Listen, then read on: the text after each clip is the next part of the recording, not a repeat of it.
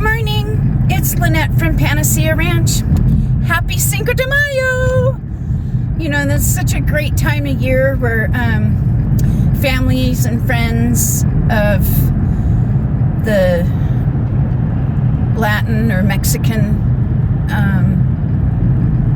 culture gets together and celebrates the 5th of May. And, you know, good times to be had. You know, I always like this time of year because, one, I love spring because my birthday's in spring. Everything's awakening. You know, everybody's Twitter-pated. And people of this culture and, you know, even people who admire and honor this culture celebrate Cinco de Mayo. And, you know, there's always like good food and good music and good times with families and friends. And so I really enjoy the energy and the atmosphere around this time of year. And, but yesterday was May the 4th. May the 4th be with you. I love Star Wars. You know, people are always asking me, Star Wars or Star Trek? And I'm like, yes, I love both. And, but anyway, this tarot reader that I watch, and for the life of me, I can't remember her name, but I think I'll put a link to her channel in here in case you guys want to go watch her, because she's very loving and kind, and she gives really good advice. And what I realized on accident, sort of, I mean, because I was watching tarot readers because, you know, I want to know things, you know. I'm nosy, and I like to know too much, but, you know, that's me. And that's who I am. So anyway, she did a special May the 4th tarot reading, and it was so cute. You know, it was like Star Wars themed and stuff. And I love her. She's such a good energy. And, but I wanted to talk about that, the energy shift. You know, a few people, her and Robert Edward Grant, talked about, the other day I watched a video of his where he talked about May the 4th being another shift, energy shift. The poles on the earth are shifting. And I think he said it's like a 6,000 year cycle that we're feeling right now in this energy shift. And that you know, I heard in the news, I don't know if you heard in the news, but I heard in the news that there was a energy anomaly, something, that caused the brownouts and blackouts in Spain and Portugal. You know, I talked to a friend the other night. She didn't know that was going on, and I don't know if you've heard of it either, but there's been some blackouts and brownouts, serious ones, in Spain and Portugal. And also another thing that this energy shift is affecting is people. It's been said also in the news that people in Florida and Mexico have been seeing Aurora Borealis. What? You know, I mean, like, things are changing, you know. It's all part of these cycles that we go through.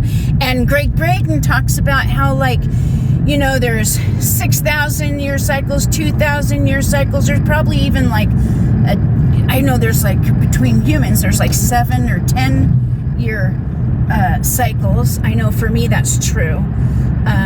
You know, I look back and see like how I've changed every 7 to 10 years, and I don't know which one it is. I gotta look into that more if I'm really interested.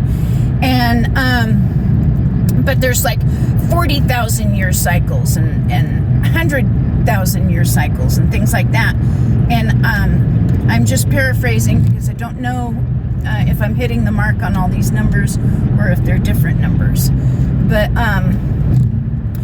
Greg Braden said that the really crazy thing is that we are going through a lot of these cycles all at once, and they're squeezing through the eye of a needle, and that's why it's so uncomfortable for so many people and for things to be happening, and then, but once we get through that eye of the needle, oh my gosh, I have a feeling it's gonna feel so good. It's part of this global consciousness awakening. And I hope that everybody, who has been following my videos, that you've been listening, and that we really do need to spread love and forgiveness in order to make this shift be the most positive shift we can imagine. And that's what we need to do, is we need to meditate and imagine the world as we want to see it. If you can't go that big, just how about your life, your everyday life? What do you want it to look like?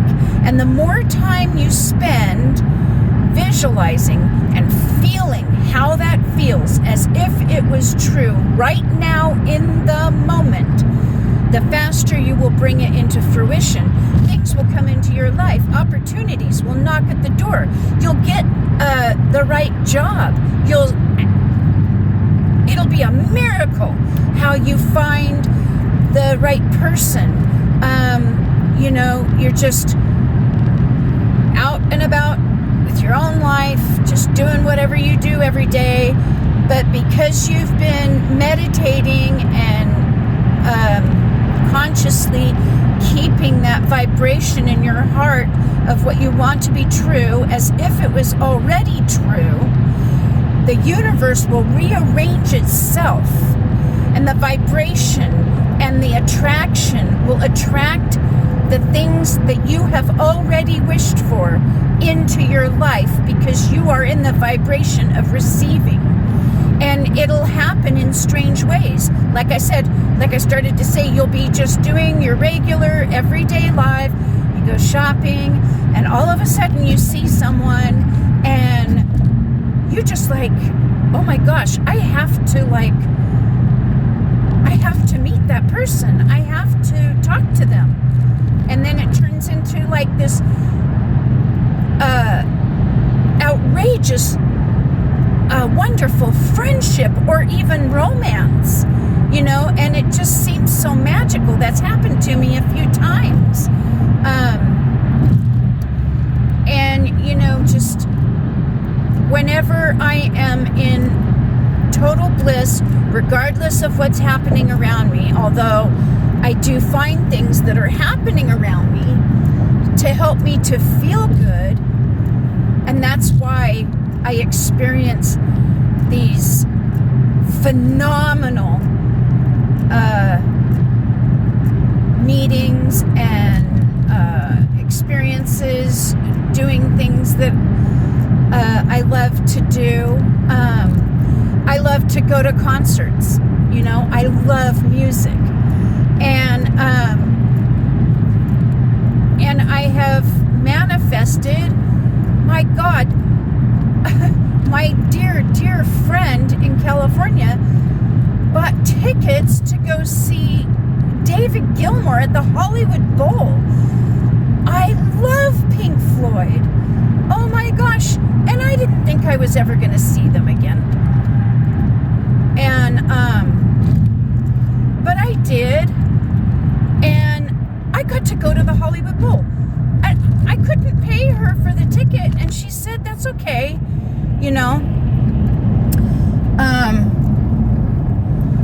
and so I got to go do that. And then, a friend of mine at work, she, told me about the free concerts down on Fremont Street, and I got to go see Sublime with another friend from work for free. It was a free concert, and it was so awesome. I had such a good time. I danced the entire time. Oh my gosh, I was so sore the next day, but it was fun. And and I've won tickets before and things like that. And I love it. And then, I've been wanting to go back to Disneyland. I mean, ultimately, I want to take my kids, but, life. And lo and behold, for my birthday, I got a trip to Disneyland, and it was wonderful. And so I'm just going to keep enjoying everything in my life, uplifting people and looking for people around me that are being nice to each other, and just taking in all those good vibrations, and so that more of the things that I've put into what Esther Hicks calls your vibrational escrow. All the wishes that you put into your vibrational escrow, when you get into the right vibration of receiving, all of those things are going to come to fruition here and there. That, like I said, the universe will rearrange itself, just like it did when I wished for $100 for food, and I got a check in the mail telling me to have dinner on them with $100 check. I mean, it was exact amount, and it had something to do with food, which the universe was telling me that I created that, and it helped me to have faith in my ability to manifest things. Manifest something small. Manifest, like in The Secret, the one guy talks about, start small. Start with a cup of coffee. Manifest a cup of coffee. Or, manifest a blue feather or something, just something that you want to come into your life, even if it's just something small that makes you smile, something that you enjoy. Like I said, a blue feather, is just not necessarily something that you want, but if you focus on a blue feather, finding a blue feather and everything, and just every once in a while, every time you go to the bathroom or something like that, you just close your eyes and see yourself finding a blue feather. And then one day, hopefully it won't take too long, one day you'll find a blue feather on the ground, and it will be maybe in a weird way where you realize you made it happen. One time I wanted to reconnect with my friend from junior high, Leslie Brown, and bless her heart. And I was like, I really want to see Leslie again. I wonder what she's doing. I would like to be friends with her again. I don't like that our lives went separate ways and that we didn't see each other anymore, because I really enjoyed her company. We made each other laugh and everything, and I just focused on her and the good times we had, and I kind of imagined what it would be like if we met up again, and had lunch or whatever. And this was early on, I was on MySpace, okay? That's how long ago it was. And somehow, some way, I ran into one of her sisters on MySpace. And I was like, oh my gosh, where's Leslie? And so she told me where she had been living, and she gave me her phone number, or she gave her my phone number and stuff. And we reconnected, and Leslie even moved to Eugene, Oregon, where I was living, just to be with me. Can you imagine that? We hadn't seen each other in about 40 years. And she frickin' moves to where I'm living just to be near me. Thank you, Leslie. I love you. She's gone now. Bless her heart. But, it's just magical things happen all the time if you just will it to happen and stop resisting. There are only two ways of being: allowing and resisting. You're either allowing good health or you're resisting good health. You're allowing good health by hey man, I can see good. Or maybe if you can't see good, I can hear good. Or if you can't hear good, my hands work really well. I'm, strong enough to open a bottle of ketchup. Or, hey, I can walk up the stairs. I can walk, for one thing. Be grateful about the little things, and focus on those things and be just like, feel that gratefulness in your heart that you have that because you don't have something else, and just imagine yourself being whole and everything with that good feeling that you mustered up somewhere in your body. There has to be something about your health that you're grateful for. And if you focus on that feeling of being grateful for that particular health ability, then maybe healing will start to take place in other parts of your body that aren't so much able. And because the opposite is true too. If you focus on how bad your neck hurts, or how bad your foot hurts, or how bad your heart hurts, or whatever, then you're just expanding and resisting. You're expanding that reality to become more reality, more reality, more reality, until you just skip planet. And or you're like resisting feeling good, and I know it's hard because I've thrown my back out. I've been through some painful things in my life. Thank goodness it hasn't been as bad as some people's. I haven't had to go, as far as I know, I haven't had to go through any cancer or anything. I may have had it and healed it. I don't know. I know I've healed some lumps in my breast. And I healed a lump on my wrist. If you want to go see it, I posted a picture on the Panacea Ranch Facebook page of the lump I had on my wrist that is no longer there, that I healed myself. And sometimes I do really good with my eyes, healing my eyes. That's a continuous thing. And I've healed my asthma pretty much before, and I'm getting there again. And so, yeah, there's things you can do to help yourself heal. And I'm here to help you. And I'm going to post some videos, more about Reiki and some others about different parts of the body. I'm going to look up and categorize things that are ailments that people are having right now.